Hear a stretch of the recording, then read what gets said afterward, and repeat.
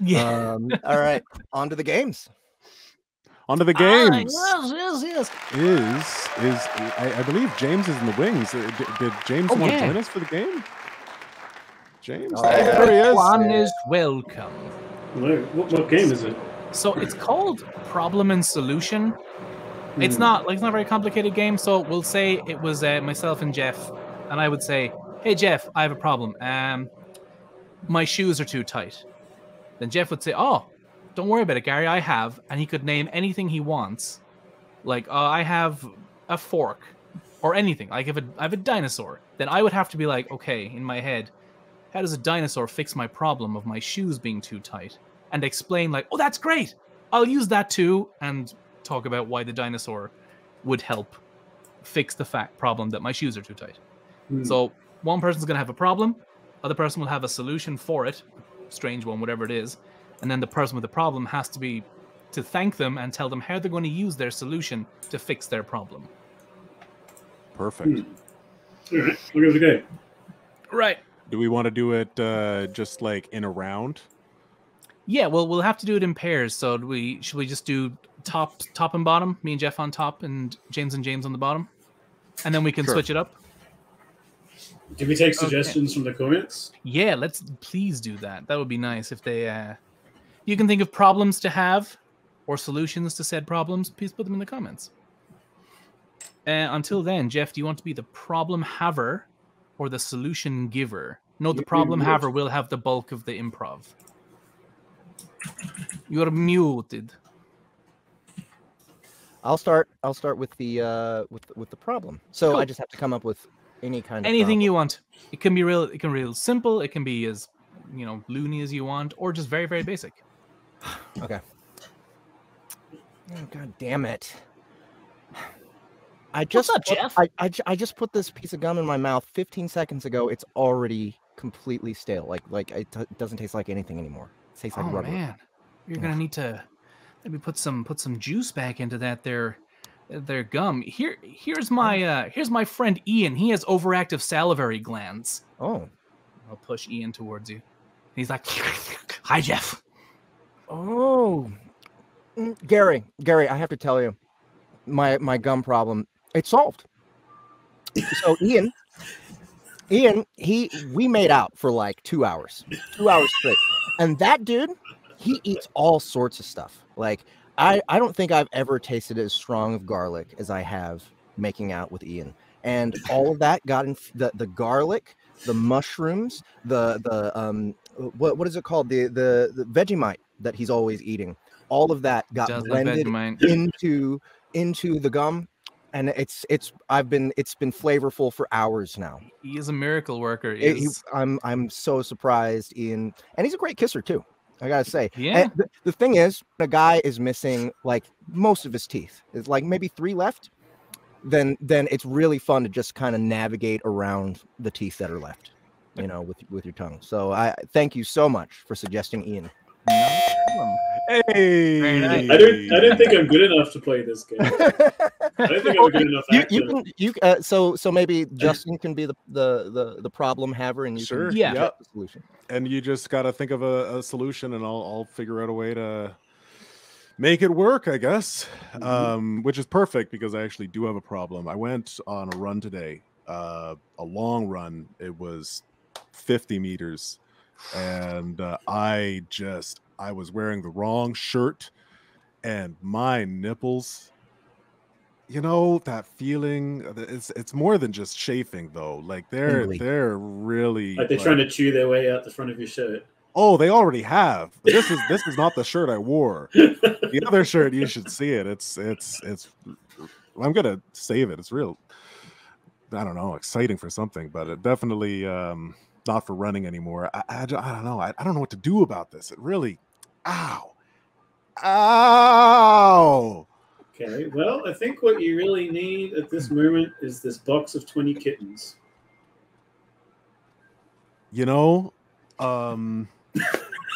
James, I gotta hand it to you. I didn't think that 20 foster kittens. I didn't They're think really that cute. the kittens were going to help me through that situation. I thought that maybe it was just going to be, you know, emotional support. But as it turns out, kittens have really rough tongues, like really rough. And I guess they really bonded to me, and They do the they little kneading completely thing. eroded Yeah. any semblance of a nipple that I had. So thank you. leave it to James to say pets are the answer. They always are. That was a good All one. right. Let's switch it up. So now I'll have the problem, and Jeff, you have to give the solution. Okay.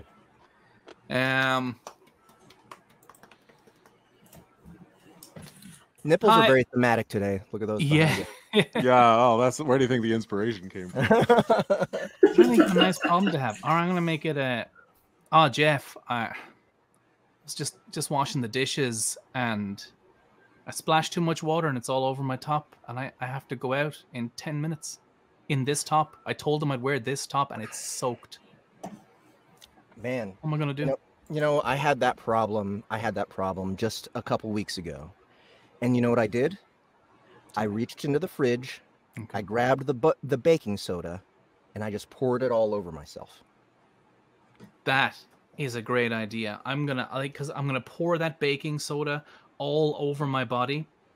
I think all over my entire self, and it's gonna soak up all of the moisture on my person, including maybe the pee in my bladder, sucking all that out. So I'm really good, really dry, ready to go. Thanks so much, Jeff, for that baking soda tip. It's good that you keep your baking soda in the fridge. I've never thought to do that. Why else would you keep it in the fridge? In case you have an emergency in the kitchen and you gotta dry it up. Dude, there you go. Honestly, I feel bad because that was too practical a solution. That probably work. I feel like putting some sort of powder on it will be like, yeah, dry it right up. Great. Yeah. All right. But I mean, that's kind of like that's still it's not wrong. That's great. Like that actually works.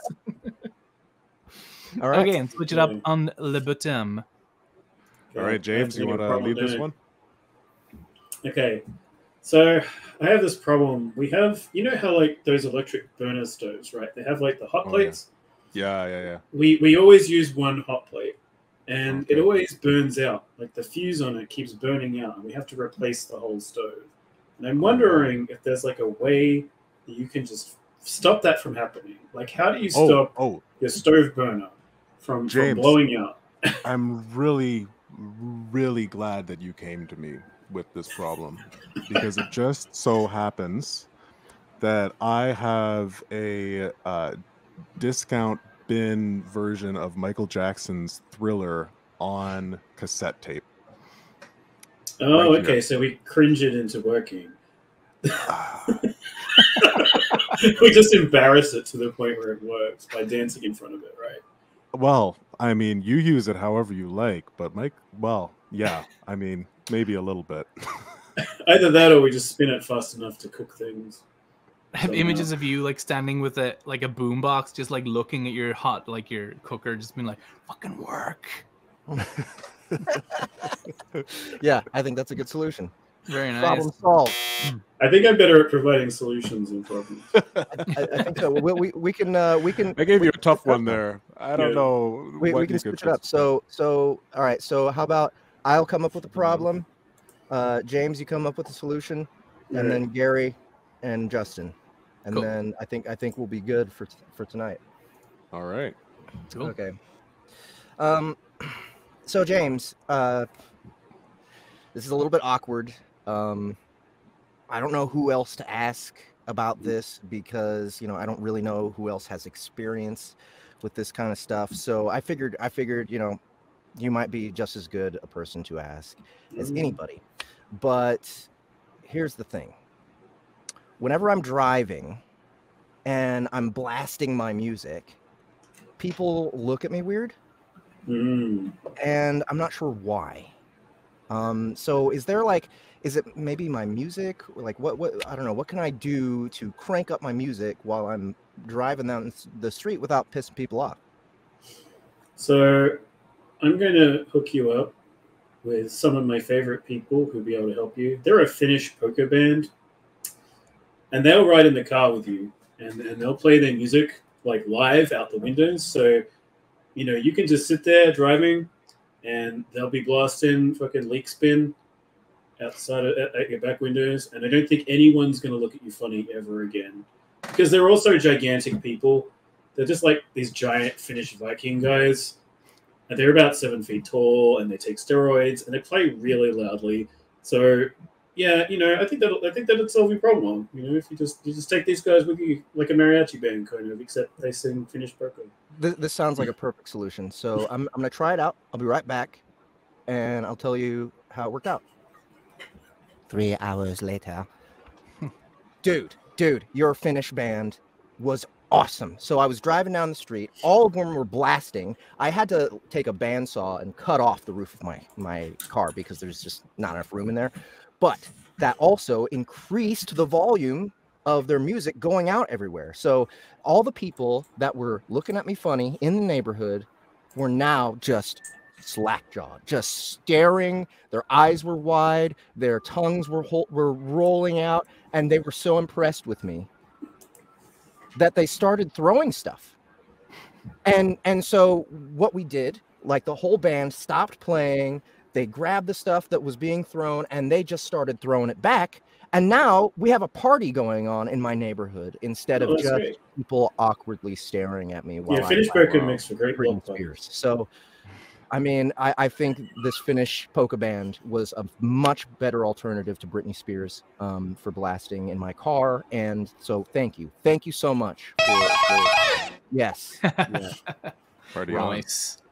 Yeah. Okay. Awesome. Justin. Gary. Glad you're here. A problem. I came as soon as I could. Yeah, I mean, thank you. I didn't want to say over the phone because honestly, I don't want the CIA to even hear this. You know what I mean? I have an itch, but I can't find it. Like, it's there. I think I found it, and I scratched. Yeah. It's still somewhere. I have an itch, but I don't know where it is. You know, that's a serious problem. I mean, it's a good thing I came prepared. Here's my 2nd edition Dungeons and Dragons manual. Oh my god. I know it'll help you. It's provided me a lot of help. This at a lot of times in my life.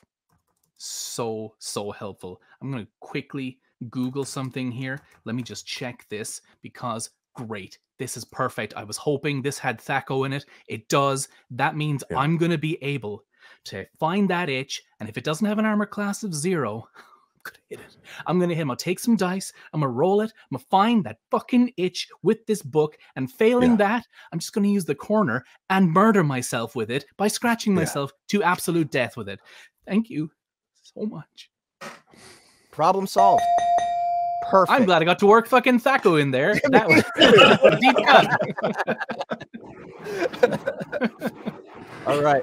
Well, those were Gary's games. We had a lot of fun with this episode.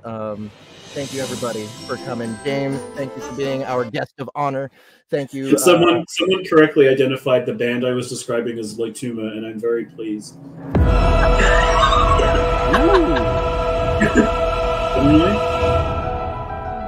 Thank you, James. Thank you, audience, for coming and hanging out with us. Thank you, everybody who's going to watch this afterwards. As a replay. An epic. Till the next episode.